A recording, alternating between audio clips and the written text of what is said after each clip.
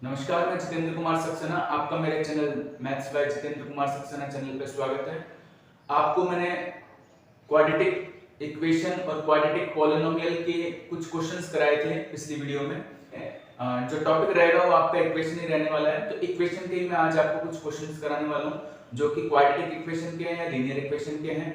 ठीक है, ये इन जो आपको मैं 5 क्वेश्चन कराने वाला हूँ उनके मैं आपको 2 अप्रोचेस बताऊंगा।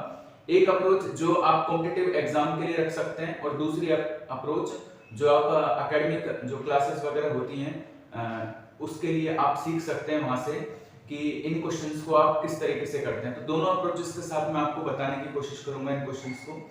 तो आइए पहले क्वेश्चन के साथ शुरू करते हैं।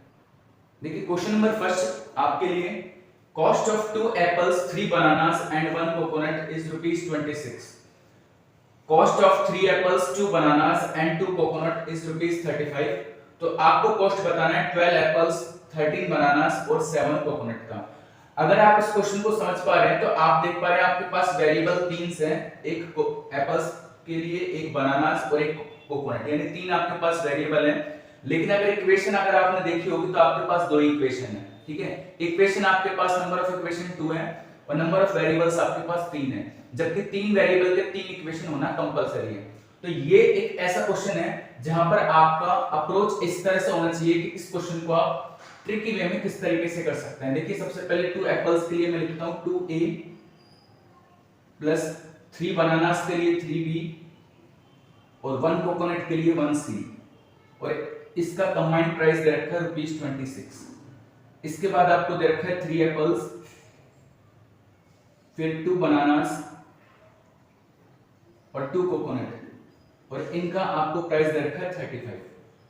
ये आपको 2 इक्वेशन गिवन थी, लेकिन आपसे जो पूछा है, आपसे पूछा है price of 12 apples plus 13 bananas और 7 कोकोनट, इसका प्राइस क्या होगा। अब आपके पास ये 2 इक्वेशन है, इन्हीं में आप कुछ मॉडिफिकेशन करके इक्वेशन थर्ड को अगर बना पाते हैं तो आप इस क्वेश्चन को आराम से सॉल्व कर पाएंगे। वो किस तरीके से होगा, देखिए 2a और 3a को कुछ इस तरह से मॉडिफाई करें या मल्टीप्लाई करें कि 12 बन सके। 3b और 2b में कुछ इस तरह से करेक्शन करें आप, या फिर कुछ मल्टीप्लाई करें, एडिशन करें, कुछ भी करें और आप 13b ला सकें। तो आप पूरी इक्वेशन में एक बार जो करेक्शन करना चाहते हैं यानी जो मल्टीप्लाई करना चाहते हैं वो कर सकते हैं। तो आप किस तरह से कीजिए, अगर आप इस इक्वेशन को 3 से मल्टीप्लाई करते हैं पहली इक्वेशन को, और दूसरी इक्वेशन को आप 2 से मल्टीप्लाई करते हैं तो आपके पास क्या आएगा, देखिए 3 2 जा 6a यानी 6 एप्पल्स और 3a को 2a से मल्टीप्लाई करेंगे तो 6 एप्पल्स। तो 6 एप्पल्स और 6 एप्पल्स को जब आप ऐड करेंगे तो 12 एप्पल्स आपके पास आ जाएगा। यहां पर 3 3 जा 9 बनानास और 2 2 ये आपके पास 4 बनानास, तो 9 और 4 13 बनानास। इसी तरीके से 3 कोकोनट और 4 कोकोनट, यानी कि इनको जब आप कंबाइन करेंगे तो ऐड करने के बाद आपके पास 7 कोकोनट हो जाएगा। तो आप यहां पर भी जो इनका प्राइस है इसको भी मल्टीप्लाई कर दीजिए। 26 को 3 से मल्टीप्लाई करेंगे 78 प्लस 35 को 2 से मल्टीप्लाई करेंगे 70। तो इनका सम करने के बाद आपके पास ₹148, जो कि ऑप्शन नंबर 20 का राइट आंसर हो जाएगा। तो आपको 2 इक्वेशन यहां पर गिवन थी और वेरिएबल आपके पास 3 थे। तो आपने देखा आप उन 2 इक्वेशन में कुछ इस तरह से करेक्शन करें कि आपसे जो क्वेश्चन में पूछा गया है वो आप ला सकें, तो आप इन क्वेश्चंस को आसानी से कर पाएंगे। आइए अगला क्वेश्चन देखिए। Question number second, ratio of income of A and B is 9:4 and ratio of expenditure of A and B is 3:1. If each saves ₹1000, find income of B. दो लोग हैं आपके पास A और B जिनकी इनकम का ratio 9 और 4 है और उनके एक्सपेंडिचर का रेशियो आपको 3 और 1 दे रखा है, और दोनों ही पर्सन यानी A और B दोनों ही ₹1000 सेव करते हैं। तो आपसे B की इनकम पूछिए। अब ये देखिए, आप यहाँ पर एक वेरिएबल आपके पास इनकम है और एक वेरिएबल एक्सपेंडिचर है, यानी आपके पास यहाँ पर 2 वेरिएबल है। ठीक है, आपके पास 2 वेरिएबल है, यानी कि ये लीनियर इक्वेशन इन 2 वेरिएबल का आपके पास क्वेश्चन हो गया। ठीक है, इसके बाद आप एक चीज जानते हैं कि अगर इनकम में से एक्सपेंडिचर को माइनस करते हैं तो आपके पास सेविंग आती है। ठीक है, तो यहाँ पर आपको इन चीजों को रख के और फिर वैल्यू निकालनी है। सबसे पहले ए की देखिए जो इनकम है वो दे रखी है 9, तो आप लिखिए 9x। ठीक है, और एक्सपेंडिचर दे रखा है 3, तो यानी कि आप लिखिए 3y। ठीक है, अब आपको पता है इनकम में से जब एक्सपेंडिचर को माइनस करेंगे तो सेविंग आएगी, और वो सेविंग कितनी है 1000। ठीक है, ये हमने ए के लिए लिखा है। ठीक है, ए की इक्वेशन क्या बनेगी, ए की जो इनकम है वो 9x है, उसका जो एक्सपेंडिचर है वो 3y है, तो अगर इनकम में से एक्सपेंडिचर को माइनस करेंगे तो सेविंग आएगा आपके पास। अब इसी तरीके से बी की जो इनकम है वो 4x है, बी की जो एक्सपेंडिचर है वो आपका y है, और उसकी सेविंग भी आपके पास कितनी है 1000। ये आपके पास दो इक्वेशन है। अब इन दो इक्वेशन से आप x और y को सॉल्व करके इसका आंसर निकालेंगे कुल मिला के।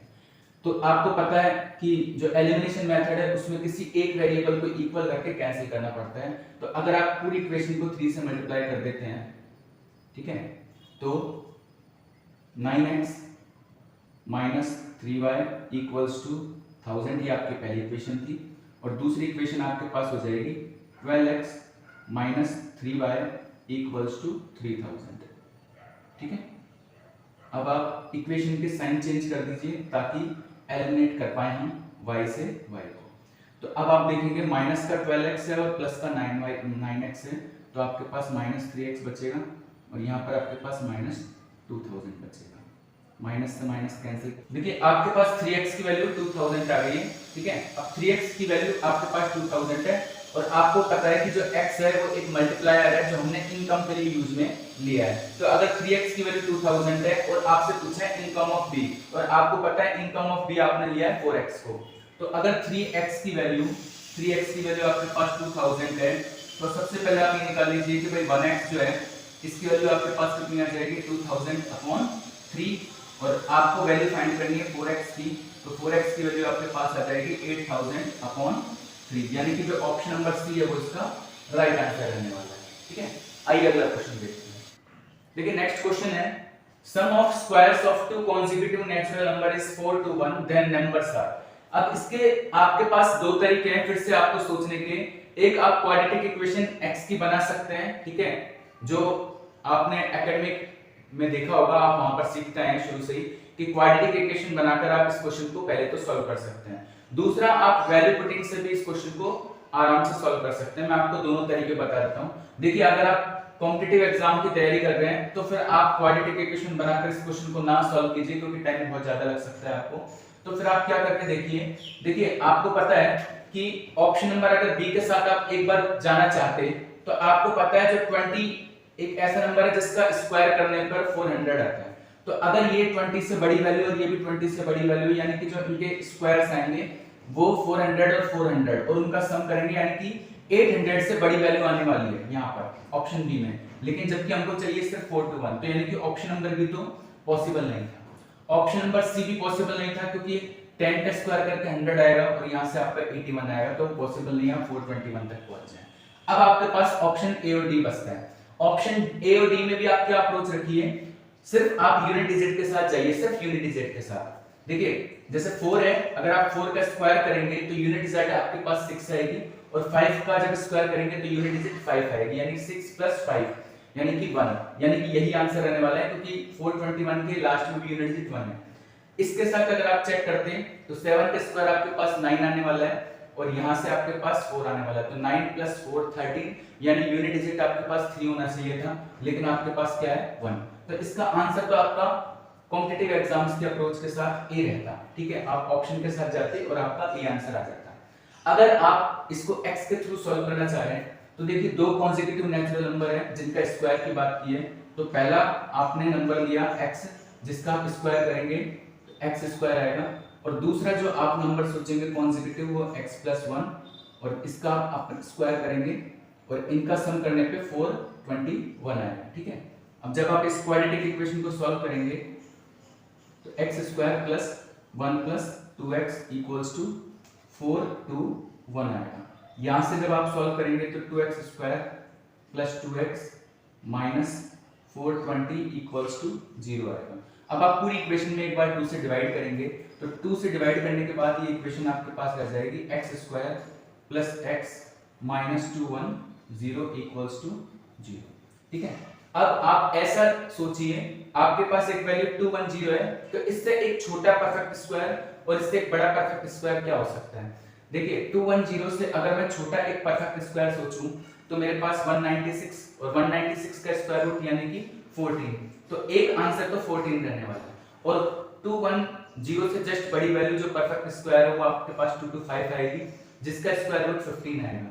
तो यानी कि x के दो वैल्यू 14 और 15 निकलने वाली है। अब वो किस तरह से निकलेंगे देखिए आप, x स्क्वायर प्लस 15x और minus 14x minus 210 equals to 0। यहां से जब आप कॉमन लेंगे तो आपके पास x प्लस 15 आएगा, माइनस 14 लेंगे x प्लस 15 आएगा इक्वल्स टू 0। तो x की एक वैल्यू प्लस का 14 और एक वैल्यू माइनस का 15 है, ठीक है।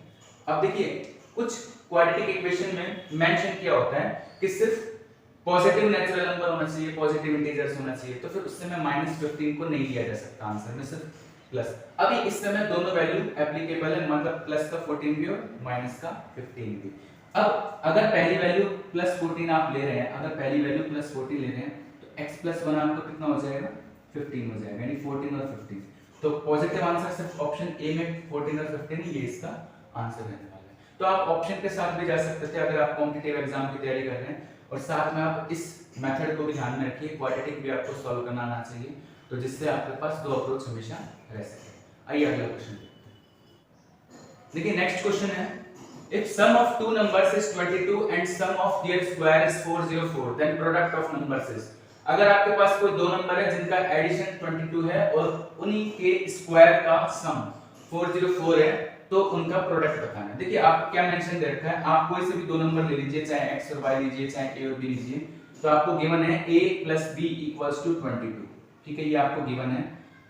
और साथ में आपको ये भी गिवन है कि a square plus b square इसकी वैल्यू 404 है, ठीक है।